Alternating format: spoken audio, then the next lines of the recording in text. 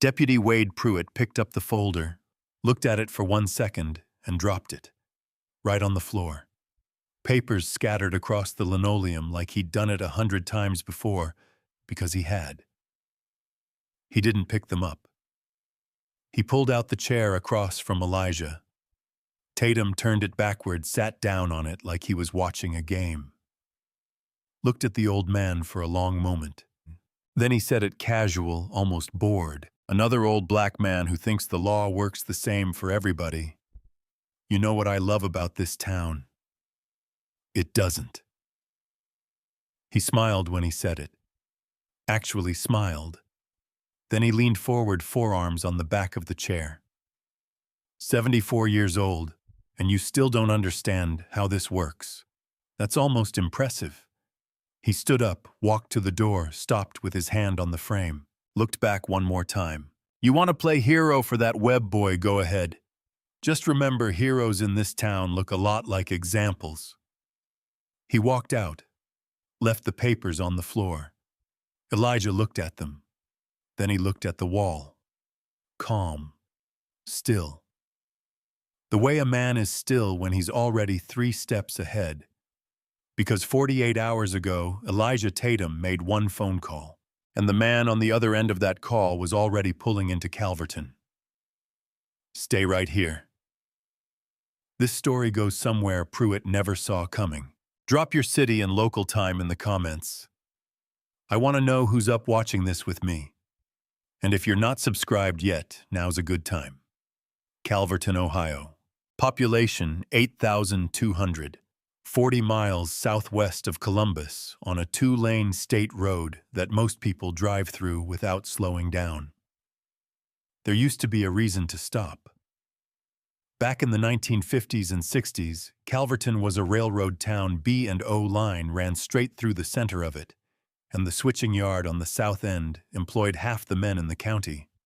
Good union jobs, steady paychecks, families on every porch in the summer, kids on every corner after school. Then the line got consolidated. The yard went automated, and slowly, year by year, Calverton started hollowing out from the inside. By the time this story takes place, the switching yard was a gravel lot with a chain-link fence around it. Main Street had a dollar store, a payday loan office, a diner that closed at 2 p.m., and 4 empty storefronts with brown paper in the windows. The kind of town that used to mean something. The kind of town that remembers what it used to mean and can't quite let go of it. And right in the middle of it, on a quiet street called Birchwood Lane, lived Elijah Moses Tatum, 74 years old, retired, widower. The kind of man who moved through the world so quietly you might not notice him until you did, and then you couldn't figure out how you'd ever missed him. Elijah had worked 31 years for the B&O Railroad as a track inspector. Not the glamorous end of the business.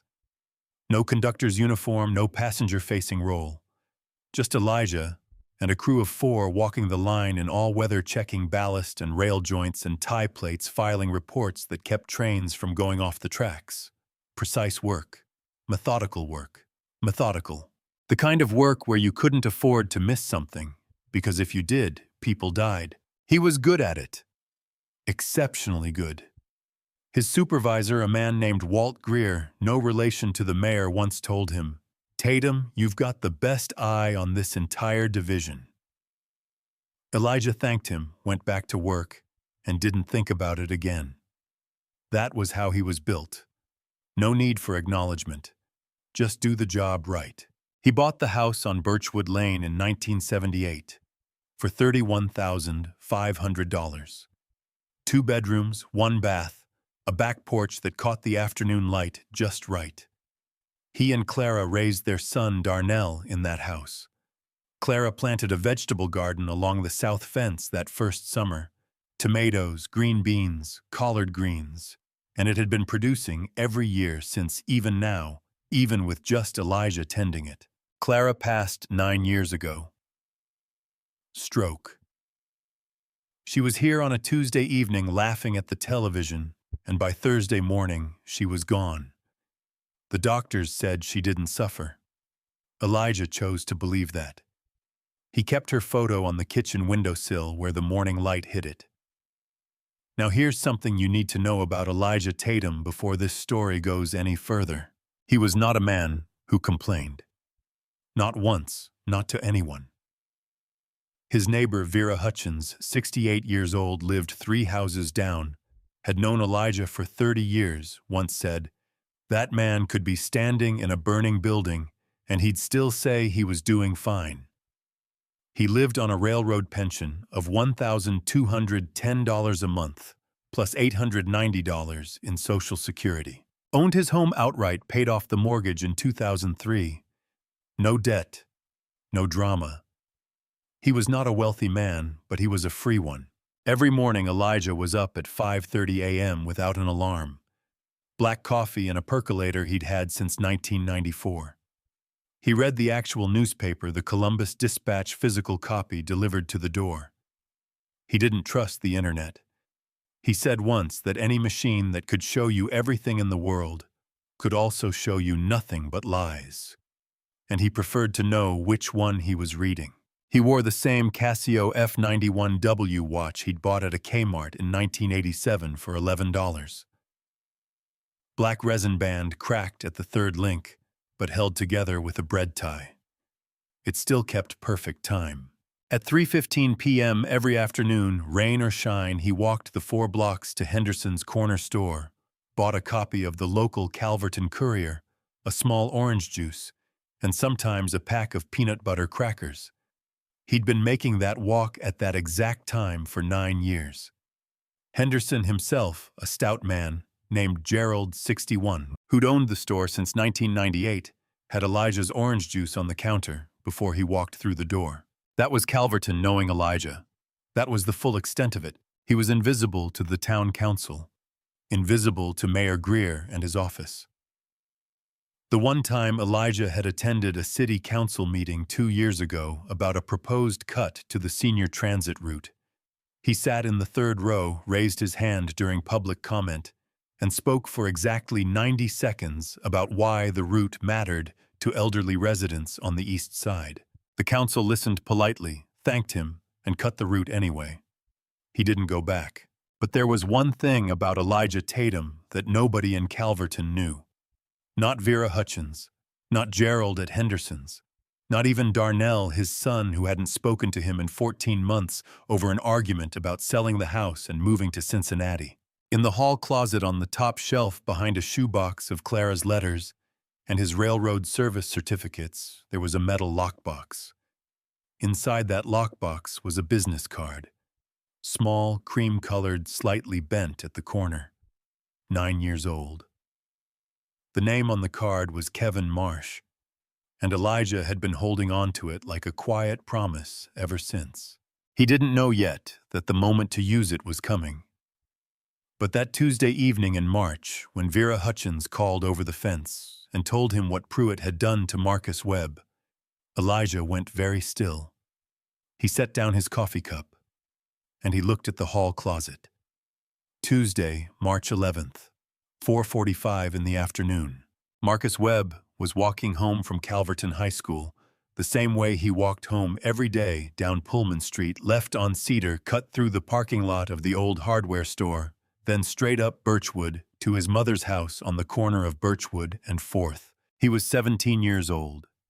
5'10", lean, wore his track team jacket, green and white Calverton Eagles across the back, his name on the left chest.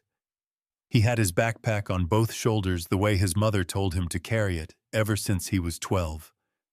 He had his calculus homework folded in the front pocket of that backpack, half finished, due tomorrow. He had his earbuds in, one out, so he could hear traffic the way she'd taught him. He was not in a hurry. He was just going home. Deputy Wade Pruitt's cruiser came around the corner of Cedar Street at 4:47 p.m. and slowed to a crawl alongside him. Marcus pulled out his earbud. The window came down. "Hey, stop walking." Marcus stopped. He turned toward the car. He kept his hands visible. His mother had taught him that 2 years ago in a conversation no mother should have to have with her son, but every black mother in Calverton had anyway. Pruitt got out of this car. He was a big man, 6'2" thick through the shoulders, the kind of bulk that comes from a lifetime of using size as a first argument. He had his thumbs hooked in his belt, and he looked Marcus up and down the way you look at something you've already decided about. "Where you coming from?" "School, sir, Calverton High." "Where you going?" "Home. My mom's house on Birchwood." Pruitt nodded slowly, like none of this was satisfying. "We got a call about a robbery. Feller's Pharmacy on Main. 45 minutes ago. Description matches you." Marcus blinked. "Sir, I've been in school all day. I didn't ask where you've been. I said the description matches you." "What was the description?" Pruitt looked at him for a long moment. "Turn around. Hands on the car." "Sir, I didn't do anything." "I said hands on the car." Marcus turned around, put his hands on the hood of the cruiser. His calculus homework was in his front pocket. His track team ID was clipped to the zipper of his backpack. He had $14 and a chapstick in his jacket pocket, and nothing else. Pruitt put the cuffs on him anyway. Vera Hutchins was sitting on her front porch on Birchwood Lane when the cruiser came around the corner. She saw Marcus Webb in the back seat, hands behind him, face forward, jaw tight, the way young men hold their jaws when they are trying not to show how scared they are. She recognized him immediately. She'd watched that boy grow up 4 houses down. She went inside and called Elijah. Elijah didn't answer. He was in the garden. She called again at 5:10. He picked up. "Vera, Elijah Pruitt just brought in Cora's boy. Marcus, in cuffs." A pause. "What for?" "They're saying robbery. Feller's Pharmacy." Another pause longer. "Marcus Webb." "Yes. That boy runs the 400 meters and gets straight B's." "I know what that boy does, Elijah." He thanked her. Hung up. Stood in the garden for a moment with the phone in his hand. Then he went inside. At the Calverton Police Department, things moved fast in the way that bad things move fast when nobody stops them. Marcus was put in a holding cell at 5:05 p.m. Cora Webb, 44 years old, warehouse worker, single mother. The kind of woman who had built her entire life around keeping that boy safe, received a call at 5:22 p.m. She was on the floor of the distribution warehouse halfway through a 10-hour shift. She clocked out without asking permission, drove 23 miles to the station, and arrived at 6:01 p.m. to find her son behind a locked door and Deputy Pruitt filing paperwork at his desk like it was an ordinary Tuesday, which for Pruitt it was. The charges he filed: felony robbery in the 2nd degree, resisting arrest. Cora stood at the front desk. "I want to see the evidence." "What evidence do you have?" The desk officer, young, uncomfortable, avoiding her eyes, told her she'd need to speak with the deputy. Pruitt came out. He had a folder. He set it on the counter between them. "Your son matched the description of a suspect in an armed robbery on Main Street this afternoon." "What was the description?" "That's part of an active investigation." "Can I see the security footage?" "That's part of an active investigation. My son was in school all day. He has a school ID. He has teachers. He has—" "Ma'am." Pruitt's voice dropped flat and final.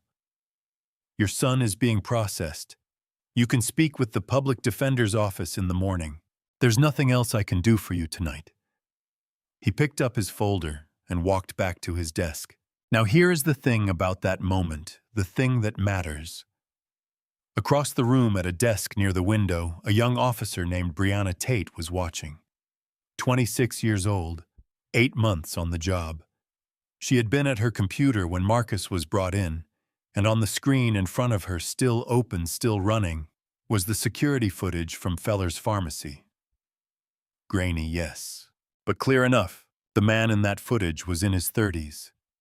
Medium build. A tattoo visible on his right forearm. Light-skinned. And he walked with a slight hitch in his left knee that Marcus Webb, a sprinter, absolutely did not have. Brianna Tate stood up. She took 2 steps toward Pruitt. "Deputy, I think you should look at the timestamp on the—" Pruitt turned. Didn't say anything. Just looked at her. The room went silent. Brianna Tate sat back down.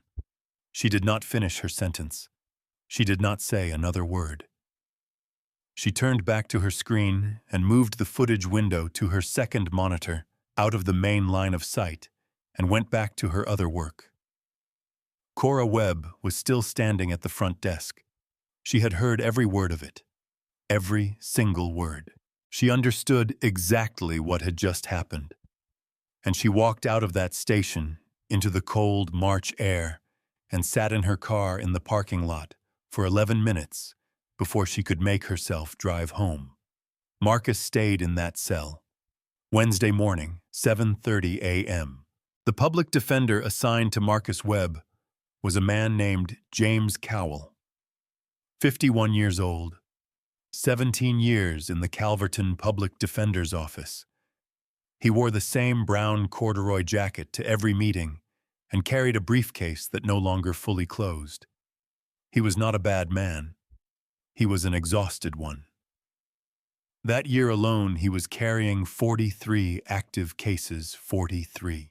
The state recommended a maximum of 15. He met Cora Webb in a small room off the main hallway of the Calverton PD at 7:30 a.m. He had Marcus's file. He opened it, read it for approximately 4 minutes, and then he placed it flat on the table between them and folded his hands on top of it.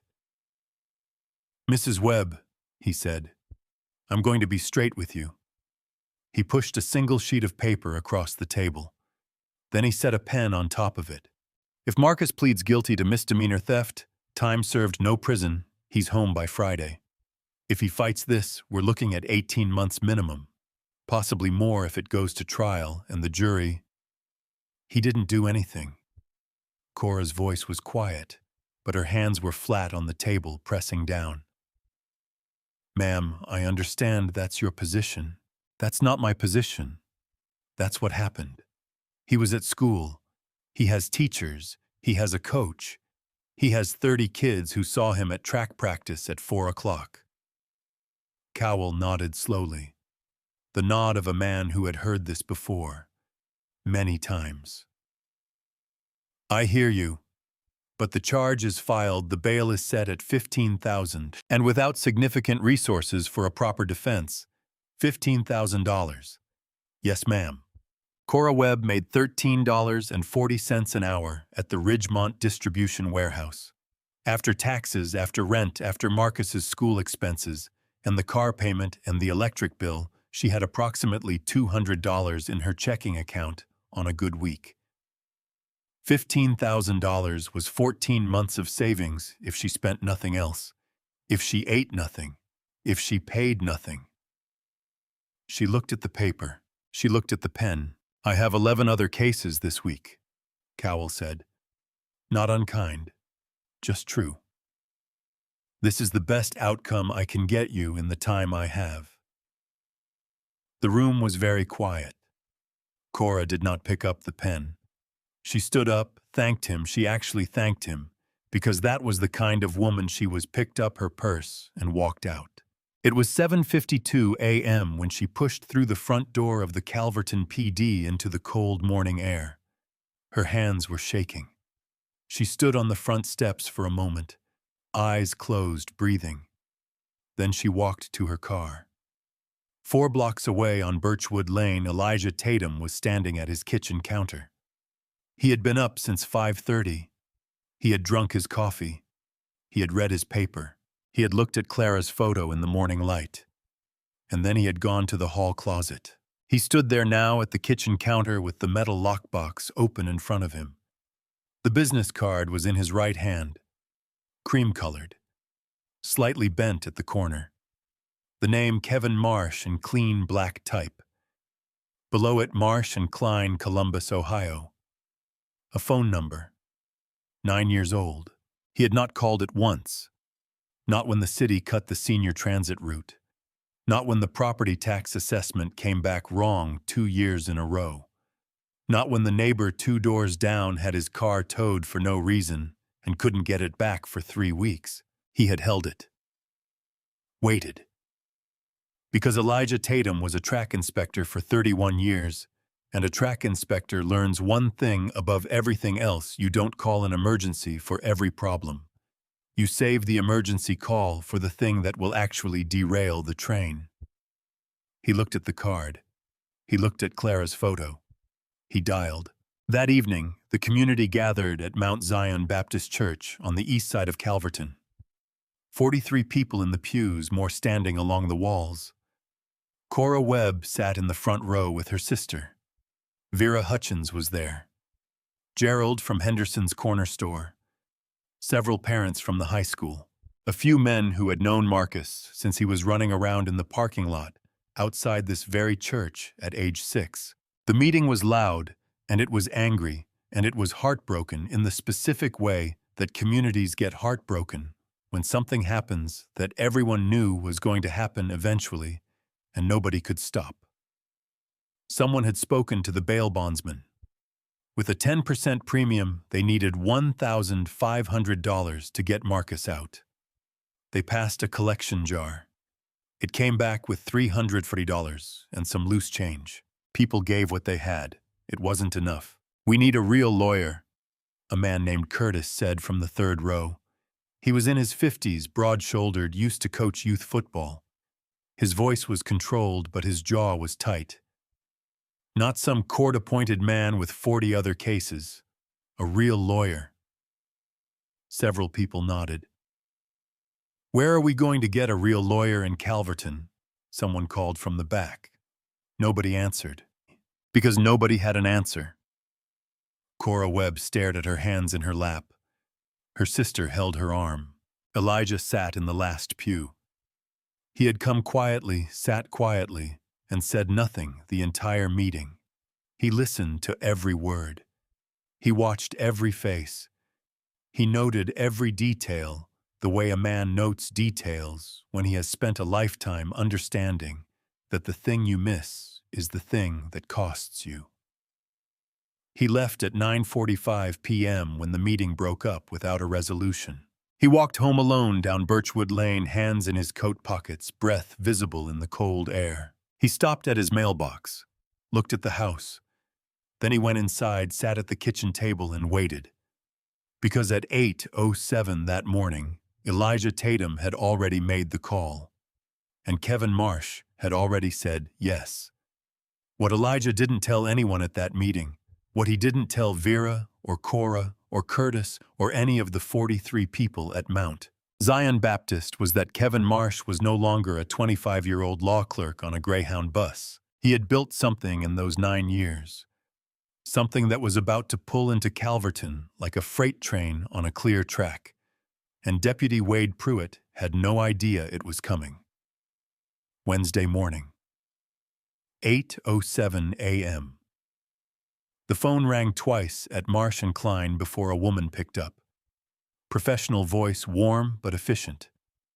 "Marsh & Klein, how may I direct your call?" Elijah stood at his kitchen counter, the business card flat on the counter in front of him, Clara's photo to his left. He had rehearsed nothing. He was not a man who rehearsed. "Kevin Marsh, please." "May I ask who's calling and the nature of your inquiry?" "My name is Elijah Tatum, from Calverton, Ohio." "Tell him it's about the Calverton incident. He'll know what that means." A pause. Longer than a transfer pause. The kind of pause where someone puts their hand over the receiver and speaks to someone else in the room. Then, "One moment, Mr. Tatum. Hold music." 17 seconds. Elijah counted them. Then the line clicked. "Mr. Tatum." The voice was different from what Elijah remembered. Deeper now. More settled. The voice of a man who had learned how to fill a room. But there was something underneath it, something that surfaced immediately, the way a man's real voice surfaces when he hears a name he hasn't forgotten. "I've been wondering if you'd ever call," Kevin Marsh said. Elijah let out a slow breath. I hope I'm not calling too late. Tell me what's happening. So Elijah told him. He spoke for 11 minutes without interruption.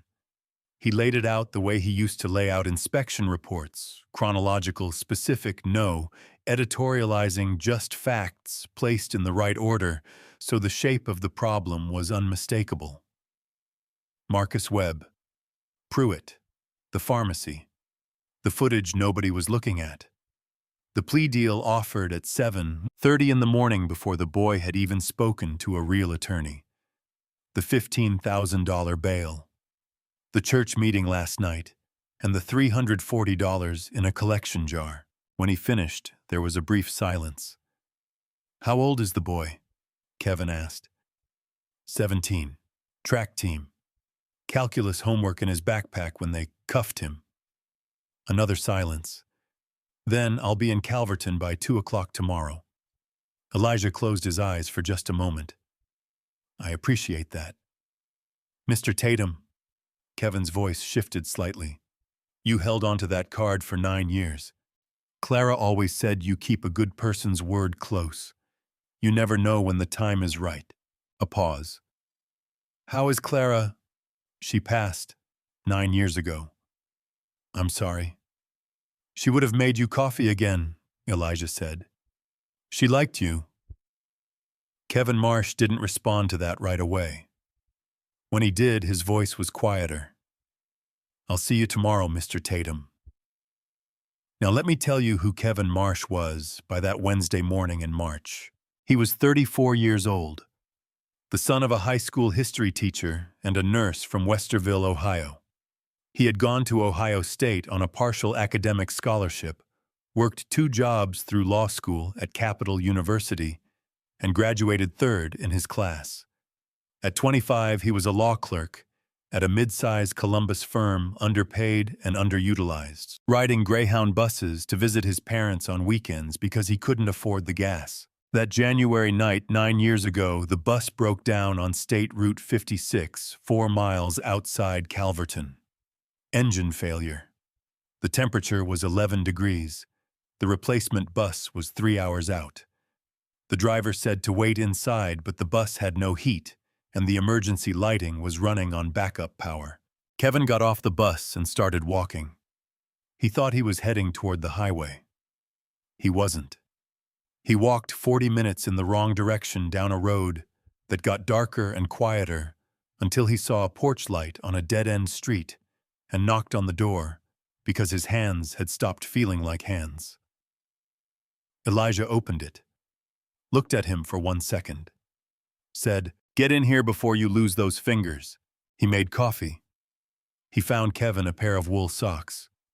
He called the bus company, stayed on hold for 22 minutes, got the information he needed, and then sat at the kitchen table with this shivering 25-year-old stranger and talked to him for 3 hours about railroads and Ohio winters and what it meant to build something that lasts.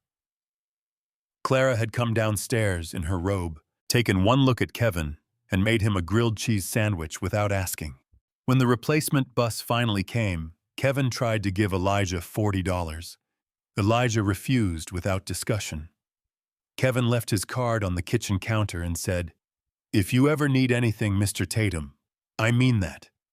He meant it the way young men mean things when they've been genuinely helped completely in the moment, with full intention and no certainty they'll ever be called upon to follow through. Elijah had looked at the card, put it in the metal lockbox, and never mentioned it to anyone. In the 9 years since that night, Kevin Marsh had done the following. Left the mid-size firm at 28, co-founded Marsh & Klein, with a law school classmate named Patricia Klein, built it into one of the most respected civil rights and criminal defense practices in Central Ohio, and won 3 landmark wrongful conviction cases that had been covered by the Columbus Dispatch, Ohio Public Radio, and once briefly the Associated Press. His firm had 14 attorneys, an investigative staff, a paralegal team that could pull public records faster than most police departments filed them. He had argued in front of the Ohio Supreme Court twice. He drove a 4-year-old Honda because he said it kept him honest. None of this was known in Calverton. when Kevin pulled off Route 56 onto Main Street at 1:48 p.m. Thursday afternoon, 14 minutes early, he was alone. No assistant, no associate. Just Kevin Marsh in a dark gray jacket and a Honda Civic pulling into the parking lot of the Calverton PD, like a man who had somewhere specific to be. He sat in the car for 2 minutes, read through his notes, checked his phone. Then he got out, walked through the front door, and asked to review the evidence file on Marcus Webb. The desk officer, the same young officer who had avoided Cora Webb's eyes 2 nights before, looked up at him. "And you are Kevin Marsh. I'm Mr. Webb's attorney." The officer blinked.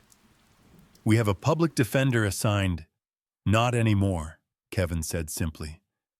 "I'll need the file and access to any recorded footage relevant to the case. I'll wait."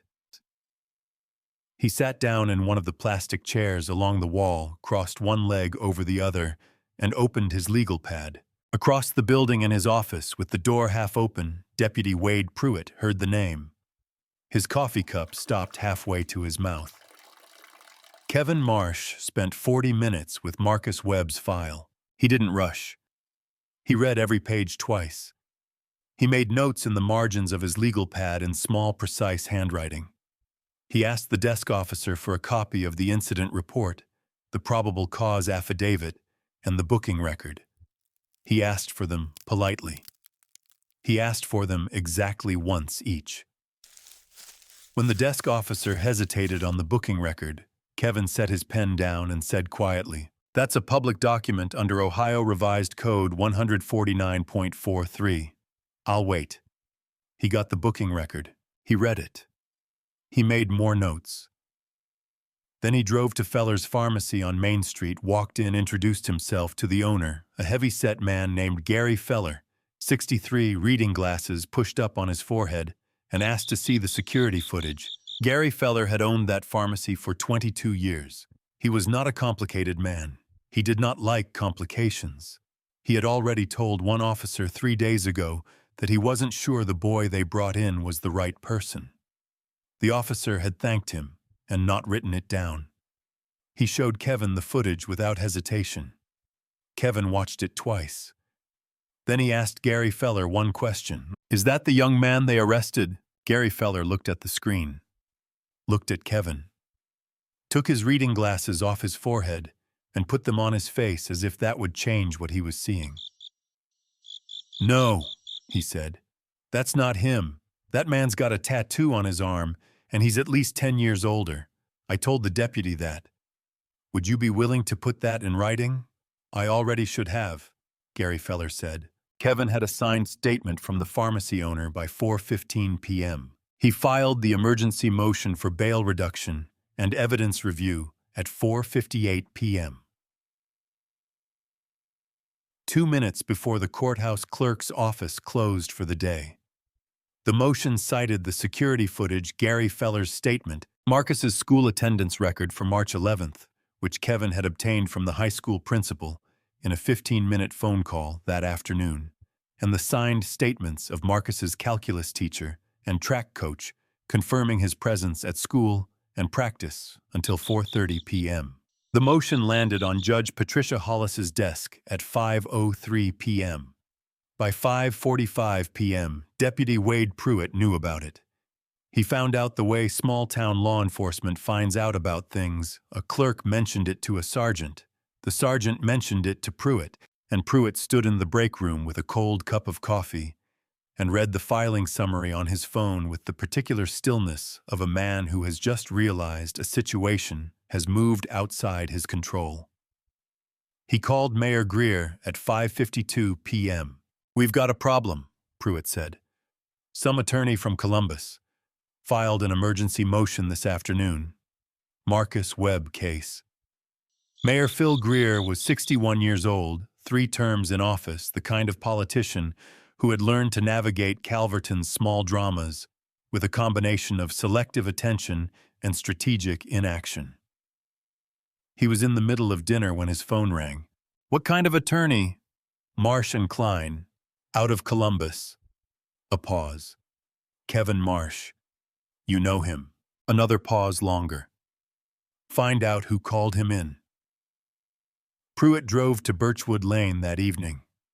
He parked in front of Elijah's house, sat in the cruiser for 10 minutes with the engine running, the heater on, watching the lit kitchen window. Then he got out. He walked up the porch steps, the same porch steps he had walked up 2 years ago, when the neighbor 2 doors down complained about Elijah's garden fence being 6 inches over the property line. That complaint had gone nowhere, but Pruitt had enjoyed delivering it. He knocked. Elijah opened the door. He was in his house clothes, dark trousers, a flannel shirt, wool socks. He looked at Pruitt, the way he looked at everything, steadily, without alarm, taking in information. Deputy. Pruitt didn't bother with pleasantries. You called somebody. I don't know what you're talking about. Attorney from Columbus, Marsh and Klein, filed a motion this afternoon on the Webb kid. Pruitt's voice was controlled, but there was something underneath it, a tightness, a pressure. That didn't come from nowhere. Lots of people know lots of people, Elijah said. Pruitt stepped forward. Not quite onto the threshold, but close. Close enough to be a statement. You're making a mistake, old man. This town has a long memory. Elijah looked at him. Steady, unhurried. The way a man is unhurried when he has already done the thing that needed doing. So do I, Elijah said. And he closed the door. Pruitt stood on that porch for a full 30 seconds. He could see the kitchen light through the narrow window beside the door. He could see Elijah's silhouette moving back toward the kitchen table, sitting down, picking up his coffee cup. Not looking back, Pruitt walked to his car. He sat in it for another 5 minutes before he drove away. And as he drove down Birchwood Lane in the dark, something shifted in his chest. Something that was not quite fear, but was adjacent to it. The feeling of a man who has spent a long time being the most dangerous thing in a room and has just met something he can't measure. What he didn't know, what he couldn't have known from that porch, was what was inside the metal lockbox in Elijah's hall closet. Not just the business card, not just Clara's letters. Something else. Something Elijah had kept for 23 years without telling a single person. Something that had nothing to do with Kevin Marsh, and everything to do with Wade Pruitt. Friday morning, 9:15 a.m. Judge Patricia Hollis's courtroom on the 2nd floor of the Calverton Municipal Building was not a large room. 12 rows of benches, wood-paneled walls, a single window on the east side that let in a stripe of pale March light. It seated maybe 80 people comfortably. That morning it held 116. Word had moved through Calverton's east side the way word moves in small towns, through phone calls and front porches, and the specific speed of information that matters to people personally. Cora Webb was in the front row with her sister and her pastor. Vera Hutchins was 4 rows back. Gerald from Henderson's corner store was there. Curtis, who had spoken at the church meeting, stood along the wall with his arms folded. Elijah sat in the last row, same as always, watching. Kevin Marsh stood at the defense table in a dark navy suit that had not come from a Columbus mall. He had his legal pad, his folder, and the kind of stillness that experienced courtroom attorneys develop, the stillness of someone who has done the preparation and is now simply waiting for the room to catch up. Pruitt was in the back, not in uniform, off-duty presence technically.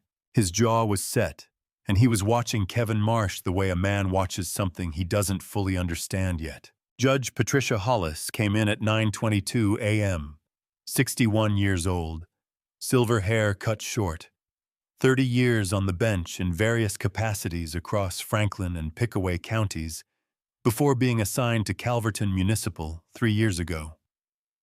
She had seen a great deal. She had the face of someone who had seen a great deal and had formed precise opinions about most of it. She called the session to order, reviewed the motion summary, and asked the prosecution, represented by Assistant D. A man named Carl Briggs, 48, visibly uncomfortable, to respond to the evidence Kevin had filed. Carl Briggs began talking about the ongoing investigation and the validity of the probable cause determination. Judge Hollis stopped him after 90 seconds. "Mr. Briggs, the pharmacy owner has submitted a signed statement saying the individual in the security footage is not the defendant. The defendant's teacher and coach place him at school and practice until 4:30 p.m. on the day of the robbery. The robbery occurred at 4:03 p.m., which your own incident report confirms." She looked at him over her glasses. "What is your probable cause based on?"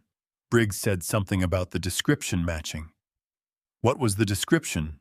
Briggs looked at his file. He said something about medium height, dark jacket. The room was absolutely still. Judge Hollis looked at him for a long moment. Then she turned to Kevin. "Mr. Marsh, you indicated in your filing that you have additional documentation relevant to this case." "Yes, Your Honor." Kevin picked up the manila folder. He walked it to the bench himself. "Your Honor, what you have in front of you is a documented record of 3 prior arrests made by Deputy Wade Pruitt over the past 5 years, involving young black male residents of Calverton. In each case, charges were filed on similarly thin probable cause. 2 of those individuals accepted plea deals under pressure from the public defender's office before evidence was properly reviewed. One, a 19-year-old named Deshaun Hill, served 14 months in the Pickaway Correctional Facility before the charges were quietly dropped after the alleged victim recanted." He paused for exactly 1 second. 14 months for something he did not do. The room did not make a sound. Not one sound. Judge Hollis opened the folder. She read. She turned pages. She read some more. The stripe of pale light from the east window moved slowly across the floor while she read. Nobody in that room moved. Nobody coughed. Nobody shifted in their seat. Cora Webb's hand found her sister's arm and held it. In the back row, Elijah watched Pruitt's face. He watched the color leave it. Slowly, the way color leaves a face when the body redirects blood to more urgent places. Pruitt's jaw was still set, but his hands folded in his lap had gone white at the knuckles. Judge Hollis looked up. She looked at Carl Briggs. Then she looked at the back of the room at Pruitt for just a moment. Then she looked back at her papers. "Deputy Pruitt," she said. Her voice was flat and precise, the voice of someone choosing each word with the care of a surgeon choosing instruments. "I'm going to need you to explain something to me." Pruitt stood. "Your Honor, those prior cases were... I didn't ask you to characterize them. I asked you to explain them." The room was silent. Pruitt had no explanation. Not one that worked in that room in front of those papers with Kevin Marsh standing at the defense table and Judge Hollis looking at him over her glasses with 30 years of courtroom experience behind her eyes. "All charges against Marcus Webb are dismissed," Judge Hollis said. "Immediately, with prejudice. Mr. Webb is to be released within the hour." She closed the folder. "I am also referring this matter to the Ohio Attorney General's office for a review of Deputy Pruitt's arrest record and the Calverton PD's probable cause documentation procedures. Mr. Marsh, I'd like your evidentiary packet preserved for that review." "Already arranged, Your Honor." She nodded once, stood, left the bench. The room exhaled. Cora Webb put her face in her hands. Her pastor put a hand on her back. Her sister was crying openly. Curtis along the wall pressed his lips together and looked at the ceiling for a moment. Vera Hutchins reached forward and touched Cora's shoulder from the row behind. In the last row, Elijah Tatum sat still. He did not cry. He did not smile. He folded his hands in his lap and looked at the front of the room, where Kevin Marsh was packing his legal pad into his bag with the quiet efficiency of a man who had known while seeing how this was going to go. Kevin looked up, found Elijah in the back row, gave him one small nod. Elijah nodded back. Marcus Webb walked out of the Calverton Municipal Building at 10:44 a.m. into cold March sunlight. His mother was on the steps. She grabbed him before he got all the way through the door and held him the way mothers hold sons when they have spent 3 nights not knowing, and the not knowing is finally over. Nobody spoke for a long moment. Then Marcus looked up over his mother's shoulder and saw Elijah Tatum standing at the bottom of the steps, hands in his coat pockets, watching. Marcus didn't know yet what Elijah had done. He didn't know about the card or the phone call or the 9 years of waiting. He just knew this old man from Birchwood Lane was standing there in the cold, and something about the way he was standing, quiet, steady, like a man who had been here the whole time, made Marcus's throat tighten in a way he didn't have words for yet. But Pruitt was still standing inside the building, and what was coming for him next, that was only beginning. Sandra Okafor's story ran in the Columbus Dispatch on Saturday morning. The headline was clean and precise the way Sandra wrote everything. Pattern of bias, Calverton deputies' record of targeting black youth.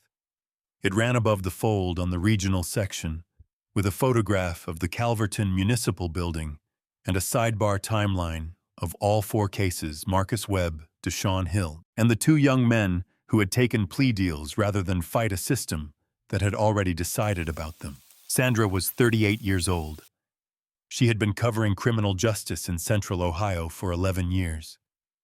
She had learned early that the stories that mattered most were rarely the loudest ones. They were the quiet ones. The ones that happened in towns nobody drove through on purpose to people the system had calculated nobody would fight for. She had arrived in Calverton Thursday evening, tipped off by Kevin Marsh's office. She interviewed Cora Webb on the courthouse steps Friday morning, 20 minutes after Marcus walked out. She interviewed Gary Feller at the pharmacy. She interviewed 2 of Marcus's teachers and his track coach. She drove to the east side and knocked on doors until she found Deshaun Hill's mother, a woman named Ruth Ann, who sat at her kitchen table and told Sandra everything in a voice that had gone past anger into something quieter and more permanent. Sandra filed at 11 p.m. Friday night. The story was online by midnight. By 9 a.m. Saturday, it had been shared 400 times. By noon, the Associated Press had picked it up on the wire. By 3 p.m., 2 Columbus television stations had sent crews to Calverton. At 4:30 p.m. Saturday, Mayor Phil Greer called a press conference on the front steps of City Hall. He stood at the podium in his good suit, American flag pin on his lapel, and spoke carefully about accountability and process, and how seriously the city of Calverton took these allegations. He used the word allegations 4 times. He said that Deputy Pruitt had been placed on administrative leave pending a full internal review. He said that the city cooperated fully with all oversight bodies. He said these things in the measured tone of a man who has prepared remarks and is sticking to them. Then a reporter from the Columbus ABC affiliate raised her hand. Mayor Greer Sandra Okafor's piece in the Dispatch references the Deshaun Hill prosecution from 3 years ago. Your name appears in the case file as having personally approved the charging decision. Can you speak to that? The mayor's prepared remarks did not cover this. He went pale. Not gradually, immediately. The color left his face the way a light goes out. His hands gripping the edges of the podium tightened visibly. The camera caught it. All 3 cameras caught it. I reviewed many cases in that period, and the department's recommendation was, did you read the evidence file before approving the charge? The department's recommendation was, Mayor Greer Deshaun Hill was 19 years old and served 14 months for a robbery that your office approved charges on. Did you review the evidence? The mayor's mouth opened, then closed. He had no answer. Not one that worked in front of those cameras in front of that reporter, with Sandra Okafor's story already on the AP wire and spreading to every regional outlet in Ohio. The press conference ended 70 seconds later, Monday morning. The Ohio Attorney General's office formally opened an investigation into the Calverton Police Department's probable cause documentation practices, specifically focusing on cases filed by Deputy Pruitt over the previous 6 years. A formal letter was sent to Sheriff Ron Beaumont's office requesting all relevant case files within 10 business days. Beaumont had the letter on his desk by 10 a.m. He resigned by 2 p.m. No statement, no press conference. Just a letter of resignation submitted to the city clerk's office and a box of personal items carried out to his car by a deputy who kept his eyes on the ground the whole time. Pruitt was not quiet about it. That same Monday evening, he called into WCLV 98.3, the local AM station, Randy Holcomb's afternoon show, 19 years on the air, the kind of program that small towns produce and then can't quite get rid of. Randy Holcomb was 57 years old and had strong opinions about most things and evidence for almost none of them. Pruitt didn't identify himself by name. He said he was a concerned member of the Calverton law enforcement community. Randy Holcomb did not press him on this. Randy Holcomb said, "Look, I'm not saying the kid was guilty, but Wade Pruitt has served this community for 16 years. 16 years. And now some old man on Birchwood Lane makes one phone call and suddenly we're tearing everything apart. Who is Elijah Tatum? Nobody elected him. Nobody appointed him. He's just a man who stuck his nose where it didn't belong." The switchboard at WCLV lit up within 8 minutes. 214 calls in 3 hours. The station's website, which normally received 40 or 50 visitors a day, crashed twice from the traffic. Randy Holcomb did not apologize. He doubled down the next morning, calling the whole situation outside agitation from Columbus interests. He did not mention Elijah Tatum again, but the damage was already done in the opposite direction from what Randy intended, because Sandra Okafor heard the broadcast. And on Wednesday, she published a follow-up piece. The headline was quieter than the first one, but it hit harder. "The old man on Birchwood Lane who is Elijah Tatum." The story of the 9-year-old business card. The January night. The Greyhound bus. The cup of coffee and the wool socks and Clara's grilled cheese sandwich. Kevin Marsh quoted directly for the first time on record. "I was 25 years old, lost and freezing. A stranger opened his door without hesitation. He told me if I ever needed anything, he meant it. He waited 9 years to ask, and what he asked for wasn't for himself." The story ran 1,200 words. Sandra spent 4 of them describing the Casio watch with the bread tie holding the band together. 3 readers emailed to point out that a resin watch band from 1987 would have disintegrated decades ago. Sandra did not issue a correction. It was not the point. By Thursday morning, Elijah Tatum's name was known across the state of Ohio. He was sitting on his back porch eating toast and had absolutely no idea. Deshaun Hill was 22 years old when Sandra Okafor's first story ran. He lived in a 1-bedroom apartment on the north side of Calverton, worked the overnight shift stocking shelves at the big box store on Route 56, and spent most of his days sleeping in a room with blackout curtains because his body had learned to treat daylight with suspicion. 14 months in Pickaway Correctional does things to a person's relationship with the world that don't show up on any official record. His mother, Ruth Ann, had kept every document from his case, every filing, every hearing notice, every letter from the public defender's office. She kept them in a manila envelope in the kitchen drawer, beneath the takeout menus and the utility bills. She had never thrown them away because she had never stopped believing that someday the truth would need evidence. That Thursday, Deshaun called Kevin Marsh's office. Kevin took the call himself. They spoke for 40 minutes. Kevin asked questions and Deshawn answered them in a voice that was careful and measured the voice of someone who has learned to be precise about pain because imprecision gets you nowhere. When they finished, Kevin said, "I want to take your case. No fee. Nothing from you." Deshawn was quiet for a moment. "Why?" "Because someone waited 9 years to make one phone call, and it reminded me why I do this," Kevin said. "That's the whole reason." The Ohio AG investigation moved faster than anyone in Calverton expected. Investigators arrived the following Monday with a formal evidence request and 3 attorneys. They spent 6 days reviewing Pruitt's case files going back 7 years. What they found was not subtle. Pruitt had filed probable cause affidavits in 11 cases over 7 years, where the supporting documentation was either fabricated, selectively omitted, or directly contradicted by physical evidence he had access to at the time of filing. 9 of those 11 defendants were black. 7 were under 25 years old. 3 had taken plea deals. 1, Deshawn Hill, had served actual prison time. Pruitt was formally charged 6 weeks after Marcus's arrest. The charges: misconduct in office, falsifying public records in multiple counts, and 2 federal civil rights violations under 42 U.S.C. Section 1983. The federal charges carried serious weight. His attorney entered a not guilty plea. The pretrial process began. Sheriff Beaumont, who had already resigned, was separately charged with dereliction of duty and suppression of misconduct complaints.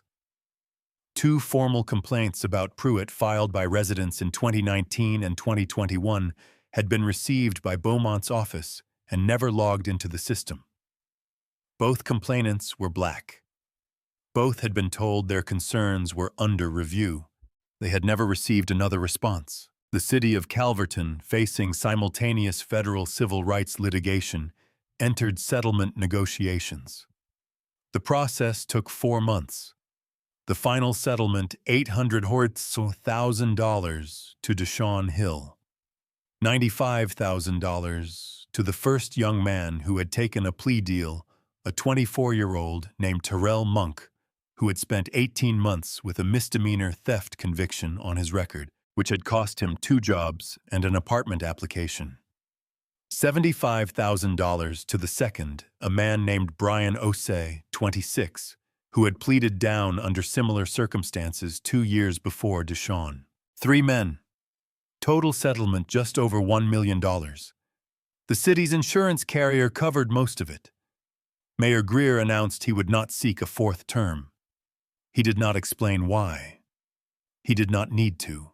The actual robber from Feller's Pharmacy was identified 17 days after Marcus's arrest.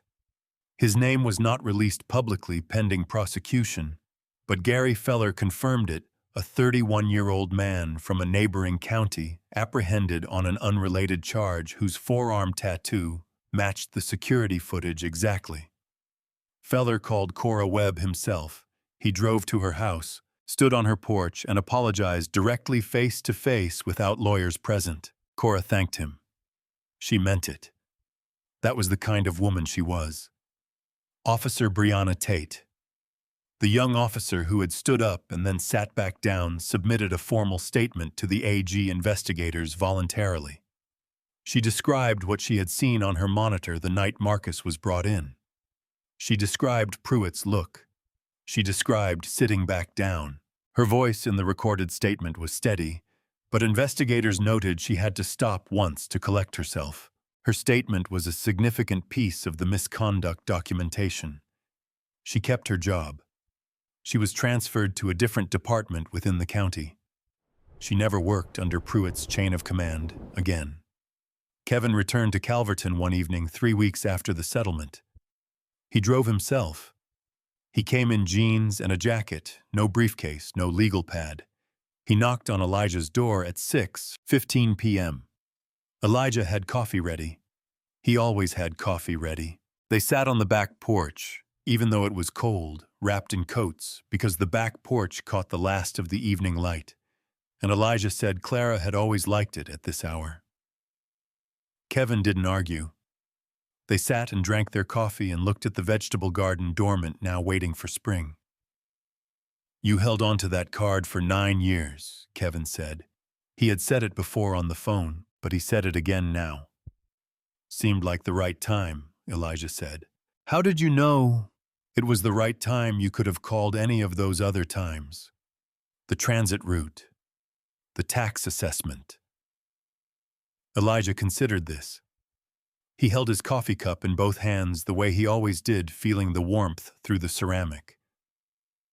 "Those were my problems," he said finally. "A man handles his own problems. But Marcus Webb, that wasn't his problem.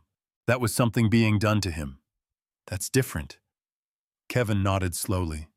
He looked at the garden. "There's one more thing," Elijah said. He set down his coffee cup and looked at Kevin directly. "I need to call my son." Kevin waited.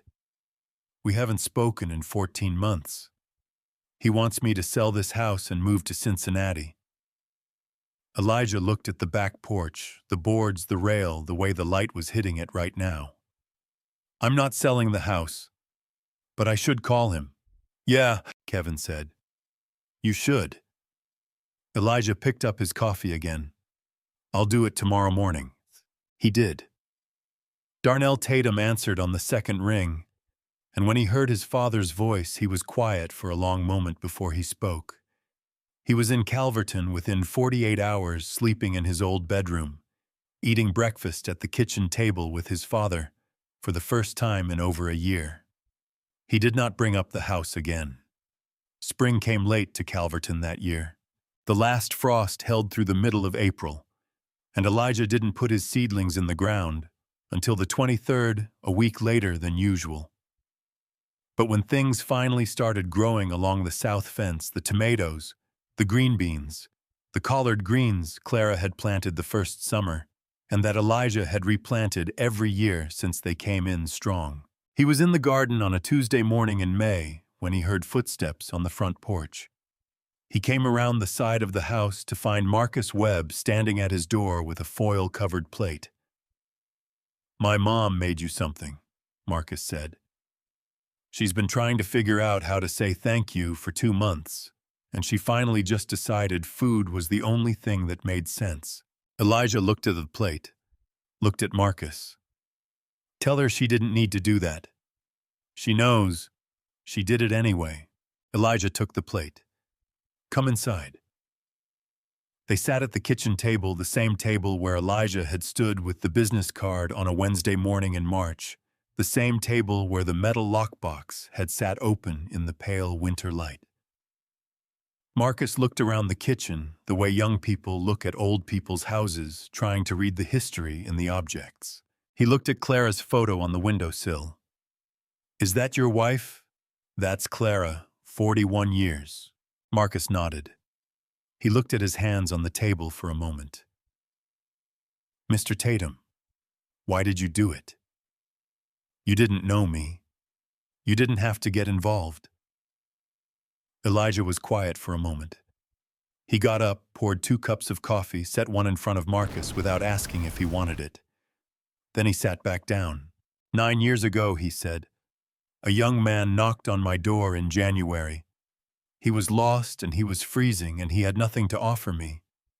I let him in because Clara would have had something to say if I hadn't." A small pause. "That man became an attorney, a good one. He gave me his card and told me if I ever needed anything, he meant it." He wrapped his hand around his coffee cup. "I held on to that card for 9 years because I was waiting for the right moment. Not for me. The right moment for someone who needed it more than I did. That was you." Marcus looked at him for a long time. His throat moved. "I want to study law," he said. Elijah nodded once, slowly. "Then do that." "Because of all this." "Because of all this," Elijah agreed. "And because you're the kind of person who should." 3 months after Marcus's arrest, Mount Zion Baptist Church established the Calverton Community Legal Defense Fund. Seed money, a $50,000 donation from Marsh & Klein submitted without announcement, discovered by the church treasurer when she opened the envelope. Kevin's name was on the check. No letter, just the check. Marsh & Klein opened a satellite consultation office in Calverton every Wednesday afternoon, free of charge, first come, first served. The waiting list filled up the first week and stayed full. Sandra Okafor's investigative series on Calverton, 3 pieces in total running through the spring, won the Ohio Associated Press Award for Public Service Journalism. She accepted it at a ceremony in Columbus, and in her remarks mentioned Deshaun Hill by name and Elijah Tatum by name, and said that the best journalism she had ever done was simply paying attention to quiet people in places the rest of the world drove through without stopping. Mayor Greer did not seek a 4th term. In the November election, Calverton elected a new city council that included, for the first time in 22 years, a black representative from the East Side, a woman named Patricia Dawes, 53, a former school principal who had lived on Maple Avenue for 30 years and attended the meeting at Mount Zion Baptist that March night when the collection jar came back with $340. Deshaun Hill received his settlement in August. He did not leave Calverton. He put $40,000 aside, rented the empty storefront on the corner of Main and Cedar, the one that had been vacant for 6 years, brown paper in the windows, and opened a small auto repair shop. He hired 4 people. 3 of them were from the East Side. One of them was Terrell Monk, who had his own settlement and his own reasons for wanting to stay. The shop opened on a Thursday. By Saturday, the parking lot was full. Marcus Webb graduated Calverton High that June as valedictorian. His speech was 4 minutes long. He did not mention Pruitt. He did not mention the arrest. He talked about the people who stay. The ones who don't leave when things get hard. The ones who hold things together quietly, without acknowledgement, without applause, because that is simply what they understand to be required of them. He looked at Elijah in the audience when he said it. Elijah was in the 4th row next to Vera Hutchins in his good jacket, with the Casio watch on his wrist. He did not react visibly. He just listened the way he always listened, completely giving the words their full weight. Marcus received a full scholarship to Ohio State that fall. Pre-law. On the last evening of summer, Elijah sat on the back porch with a cup of coffee and the final edition of the Calverton Courier. The garden was at its fullest. Tomatoes heavy on the vine. Green beans running along the fence the way Clara had always staked them, the way he had learned to stake them, by watching her. Darnell was inside washing the dinner dishes, humming something low to himself. The sound of it came through the screen door and settled in the evening air. Elijah looked at the garden, looked at the sky going orange at the edges, looked at the street a little different now.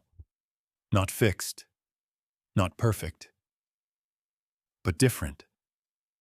A new streetlight on the corner. Deshaun's shop 2 blocks over, lights still on. He set down his coffee cup. "We're getting there, Clara," he said quietly. The screen door opened and Darnell came out with his own cup, sat down in the other chair, and they watched the last of the light leave the sky together. Life lesson. Elijah Tatum never marched, never shouted, never asked for a microphone or a platform or a moment of recognition. He opened a door on a cold night for a stranger who needed warmth, and then he waited quietly, and without complaint, for the day when that small act of decency would matter to someone who needed it more than he did. That day came. And when it did, he was ready. Dignity is not granted by the powerful. It is held carefully, stubbornly over years by the principled. You don't need a platform. You need a door and the willingness to open it. If this story stayed with you, drop your city and the time where you are in the comments. I want to know who's out there. And if you believe these are the stories worth telling, you already know what to do. We'll see you in the next one.